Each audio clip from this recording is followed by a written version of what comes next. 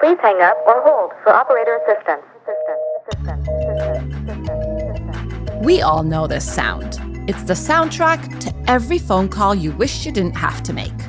To the car insurance company, or to that medical specialist you need to send your kid to. Yes, it's really still part of life in 2024. A lot of the default communication channels are voice, are fax, and it feels antiquated, but actually that's the world we live in today. Elad Ferber is a computer engineer who's applying the power of AI to one specific area, the healthcare system. He's co-founder and CEO of SynthPop, a company developing AI agents that say, let your doctor's office talk to your insurance company. Right now, administrators spend hours of their day on the phone verifying basic information, and even faxing documents. The goal of SynthPop is to save medical offices time and money. We actually come to the healthcare system not trying to change it per se, but you know what? We accept you as you are. We're just going to streamline processes with your current modalities and with your current problems. Today, we're talking with Elad about his company, and specifically about one of the coolest AI agents I've seen to date.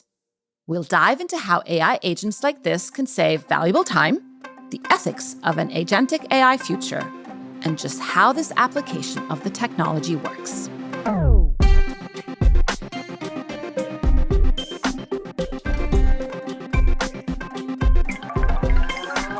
So this is not the first time we're interacting. In fact, we met about a year ago when you were raising money for SynthPop. And full disclosure, I'm one of the early investors in SynthPop, very proud to be a supporter of the company.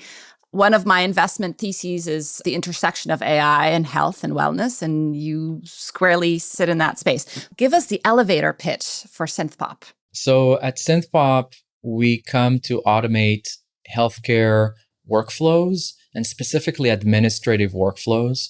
We really believe there's so much work that is being done today that can be automated. These are mundane tasks, very tedious, to be honest, wasting hours of people's days every day. And I founded the company together with Jan Janning, who is a computer science PhD from Stanford and taught scalable systems and applications of large language models for years. And we just decided to attempt to solve this huge problem in healthcare that drives so much cost and so much frustration, not only for administrators, but also for patients. I think to wait for service for so long. And that could mean anywhere from patient intake and understanding, for example, who the patient is. We need to type their name into our system and see if they're there. And if they're not, we need to create a new file. And we need to ask the patient some questions, maybe have them fill a questionnaire. We need to call insurance or log into a portal and figure out if their insurance is active. If they're coming for a specific service, what's their copay? What's their financial responsibility? And that's even before you see them for the first time. Now they come to the clinic. Okay, we need to take you in and we need to now figure out what services we want to provide to you and delivering those services and being able to, for example, we support a customer that is building power wheelchairs for patients. And so, power wheelchair can have 20 different or 10 different vendors that are supplying different pieces of the wheelchair, and they're integrating it together. And every piece needs to be justified with Medicare, for example, to be eligible for reimbursement. We do all of those things. And all these things, you can imagine, they take so much time. By the way, across this continuum, it's important to use modalities in our mind that humans use. Being text, able obviously, because that's what most people think about when they think about AI. Exactly, but also voice, listening and speaking is very important to us. AI actually has an opportunity to really transform communications through these modalities. And that's what we're here for. One of the things that I love about SynthPop is that you're building AI agents, which I believe is the next frontier of AI. So that's basically AI that isn't just, you're not just chatting with AI, it's actually getting stuff done on your behalf, and it's automating these mundane tasks. Well, we have a bunch of products out. one of the latest products that we've released and is now making many thousands of phone calls to payers every single day is our AI caller. They provide via portals and APIs. And you can imagine a sleep clinic that is covering several states. So they have multiple locations and they can send sleep tests to people's homes, and they can also provide therapy. It's located, let's say, in California, and they serve multiple states. They need to now navigate many health plans because they serve, hundreds of thousands of patients a year, and every patient has their own plan. Every patient has a different copay and deductible. Maybe you have a patient that's in Blue Cross Blue Shield of Nevada. They're covered there, but actually living in Arizona now. And you need to figure out which plan guidelines are actually active for that patient. A customer like that will have a team of dozens of people that what they do is actually just wait on the phone on trees, the line, right? on the line, waiting for 45 minutes. We've seen people waiting for an hour and 30 minutes, just getting validation for patients' insurance. And it's insane. And our bots can do that for them. So the AI caller, how's the AI caller going to do that then? Yeah, so it calls the payer. So of course, we also are able to handle documentation intake, right? I mean, that was our first product. And so we can read the insurance card.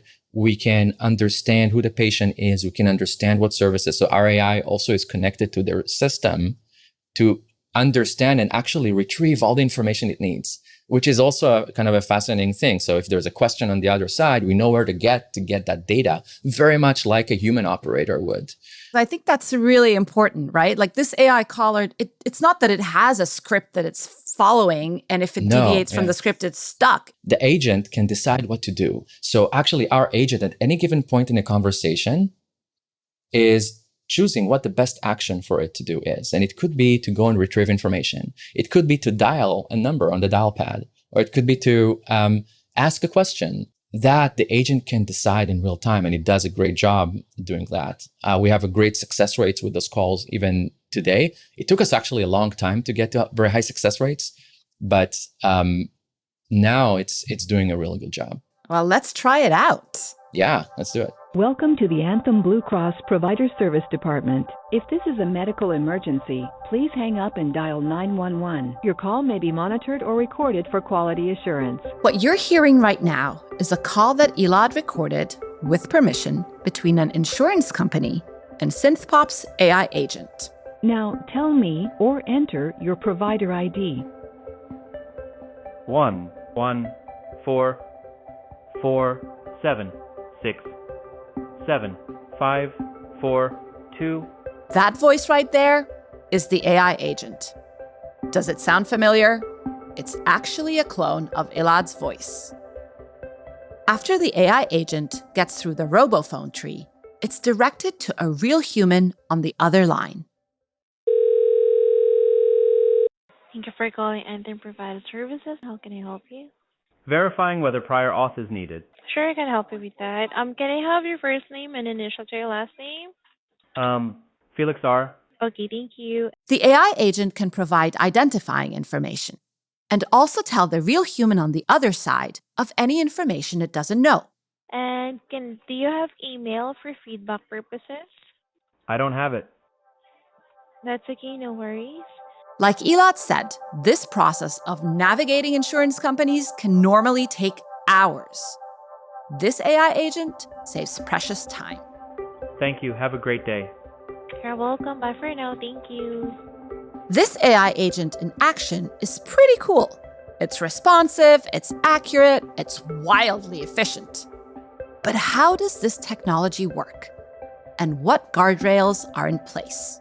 So this AI clone is basically a clone of your voice, right? Yeah, that's right. We needed someone we had the voice rights to. We didn't want to take Scarlett Johansson or something like that. So right. That would be a riot. My voice was a fine second alternative. I think right now, as we speak, there's thousands of calls going on with my voice, which is pretty cool. It's pretty cool. I guess you have to really put trust in this AI agent if it's going to have access to information, right, about the patient. Like, where can this go wrong? I think it can go wrong if it misrepresents the patient, or if you give it tasks that actually have a more substantial financial impact. Like in this case, we are taking on tasks that have we're really just finding out information that should be available to our client and should be available to the patient. Like, is prior authorization needed for a specific therapy under the patient's plan? Like, that's actually a clear, just asking that question doesn't change anything for the patient. And so even if we happen to make a mistake, it's not like a huge thing, but we do QA on these things. QA, as in quality assurance. So we have a QA team that actually listens to a lot of these calls. We do it also automatically using AI to QA our AI. And so we make sure that the accuracy level on those is very, very high. We do not tolerate types of errors that will misrepresent data to the patient, or will say that something is covered when it's actually not covered, for example. That's a big, we actually prioritize, and we can tweak our algorithms to make sure that those mistakes are almost non-existent, and perhaps other things are maybe more tolerable.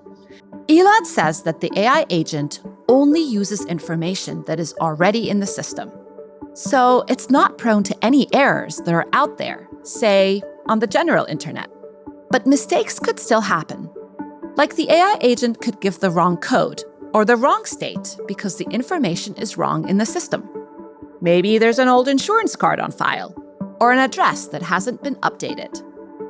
These are the same mistakes a human agent would make if it was the only information they had. We don't pertain to do a job that is better than a human in that sense. If we have the same information as a human has, we'll probably do the same job as the human would. But there's some mistakes that are just inherent in the system, and that's something that we are not necessarily able to fix with this. Walk us through the behind the scenes of the technology. How did you build this? Modeling a conversation, you could think of a very simple loop of trying to figure out when the other end has stopped speaking. And that's something that's called silence detection. And, when you talk to ChatGPT on your phone, if you probably have tried, it needs to, one of the key things is to understand when it's time for me to speak. And actually, even for humans, it's pretty complex. Yeah. Because we can talk over each other. We can understand cues in our tone to understand when to talk. And for it to not sound uncanny, that's something that we pay a lot of attention to. I mean, it was interesting. It was saying, it was adding all these things that makes it sound very human-like. Exactly, because latency is everything. And we as humans, we're so similar to LLMs in a sense, because when we decide to come and speak, when it's my turn in the conversation to speak, it's not like I have my entire soliloquy that I'm going to speak written out in my head at that point. I'm actually also almost like a word-by-word generator, kind of like an LLM, right? And so this and this giving the model a little more time to think. For it not to think, not to sound uncanny, and to have this snappy latency that the other side knows that it's time for us to assert and to speak in a conversation. That's really important. And I mentioned earlier in our conversation how we have a model that the agent has to decide what action it needs to take at any given point. So should I speak? Should I retrieve? Should I hang up? Also, maybe is the conversation done? Right. There's a bunch of actions, and I think understanding the right action, that's the number one key thing. There's so many nuances.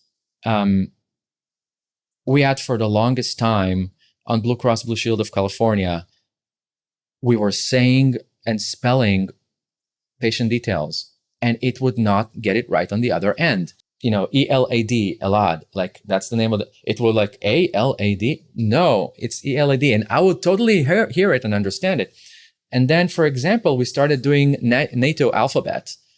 And interesting. It fixed it. Like E for elephant, L for Lima. Exactly. Right, okay. Exactly. Some of the small tweaks that perhaps are non-existent in other use cases, But we found them, and that unlocked Blue Cross Blue Shield of California.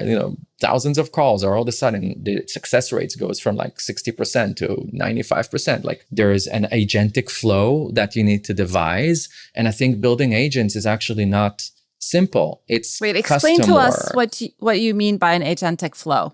It's like an algorithm that can contain, in our case, 70 calls to LLMs along the way in order to do one big task. But it has 5 big pieces of the flow, and that's maybe fixed almost in code or in configuration in our case. But within each piece of the process, there is some freedom of operation for the decision-making process to do more or less, for example. So when we say an agent, we sometimes think of an LLM that can autonomously, like an AutoGPT, can autonomously like decide what to do. We partially have that, but actually also it's partially scripted. Right, which is important in this case because it's a very set kind of sequence of administrative tasks. Yeah, or and you want to have also subtasks. repeatable results. Repeatable results. If you give AutoGPT, create a business that will make me, $1 billion a year, it will come like with something else. If you just tweak it with one word, it will come up with something completely different. And even if you write the same prompt, it will have completely non-deterministic results.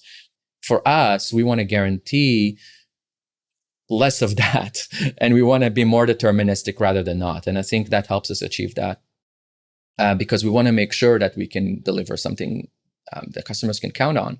We call it composable flows, and I think being able to have composable flows for custom use cases is really important. We have a composable flow that we can actually adapt our agent to do what your humans are doing, and so our customers can start with our AI agents in a small scale. It works alongside humans. They don't have to give us 100% of their volume in day one.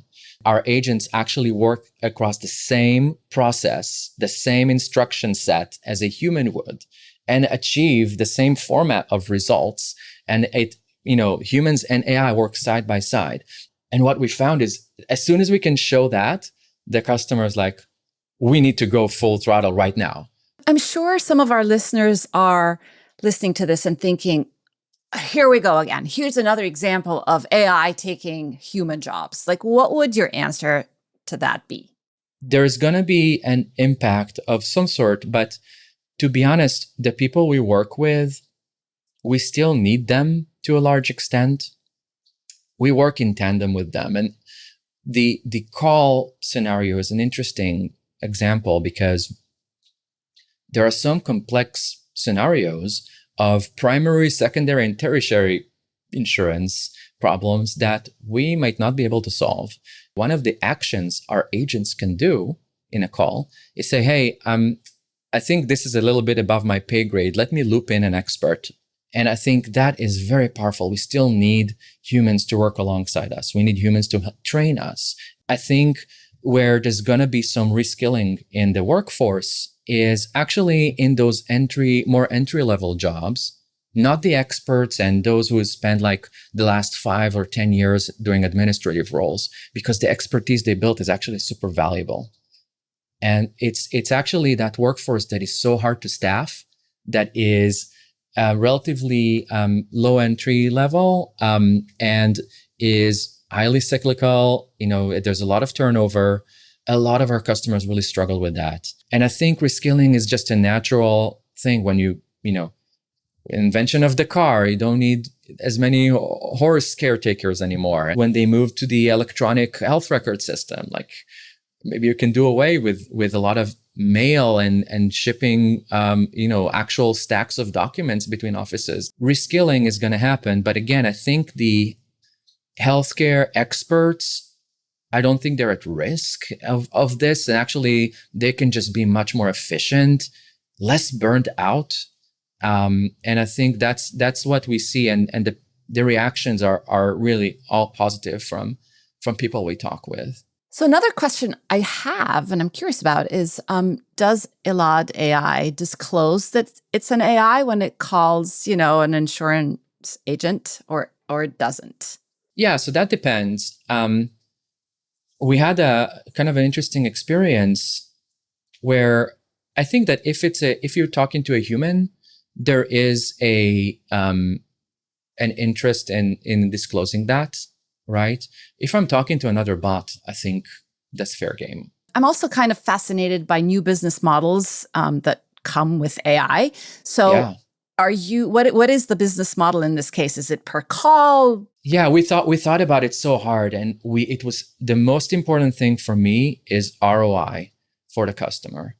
Of course it is, right? But what it means is that when we don't charge per minute or anything like that.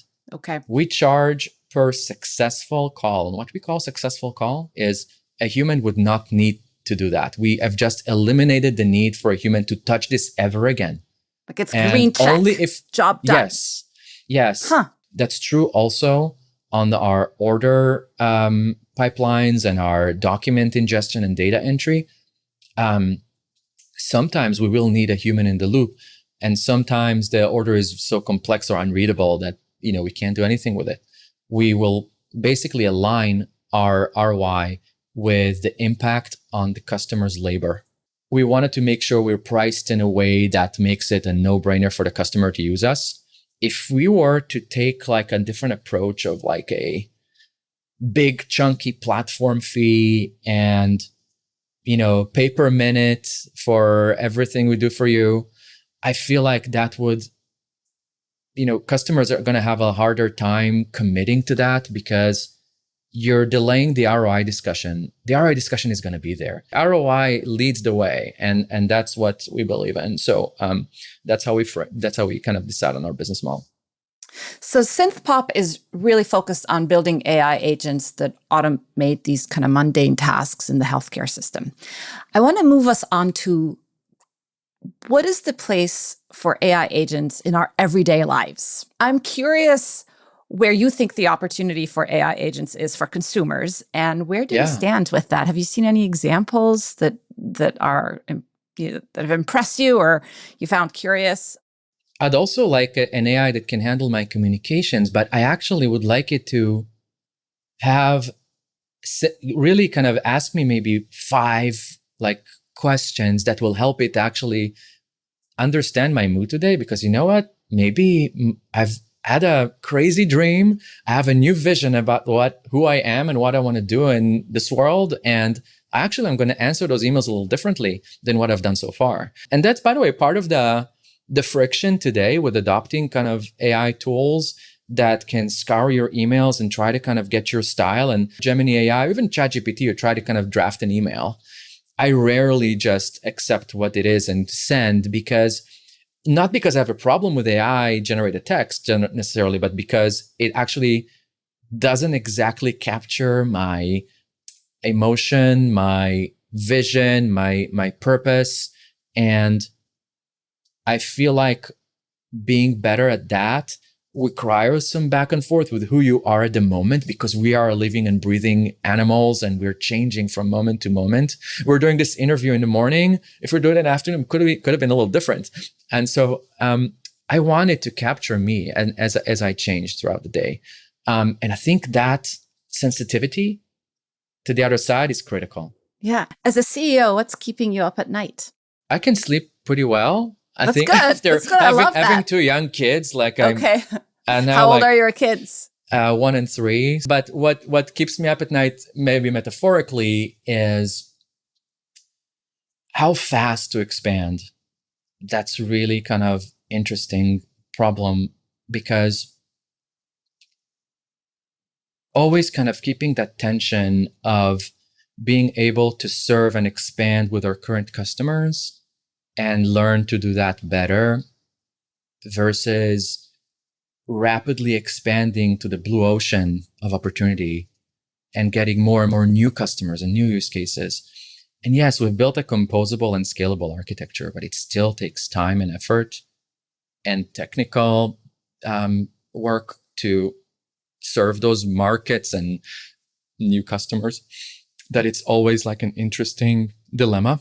It's a blue ocean out there, and we need to go after it, and we're going after it. But what is the best way for us to do that? That's kind of the interesting pull. Amazing. Well, thank you, Elad, for joining us today. This was awesome. Thank you, Rana. It's fantastic. There is still so much to develop when it comes to AI agents. SynthPop is making AI agents for businesses. But how cool would it be to have a consumer-facing AI agent to schedule, say, your doctor's appointments? I still need to schedule that colonoscopy. On this podcast, we're going to continue talking about what our agentic future will look like. There's so much to dig into here, not just about what is possible, but also about how to develop AI agents safely and ethically. You can join the conversation on LinkedIn, Instagram, TikTok, YouTube, and X. You can also share your experiences with AI by leaving us a message at 601-633-2424, and your voice might be on a future episode. Thanks so much for listening.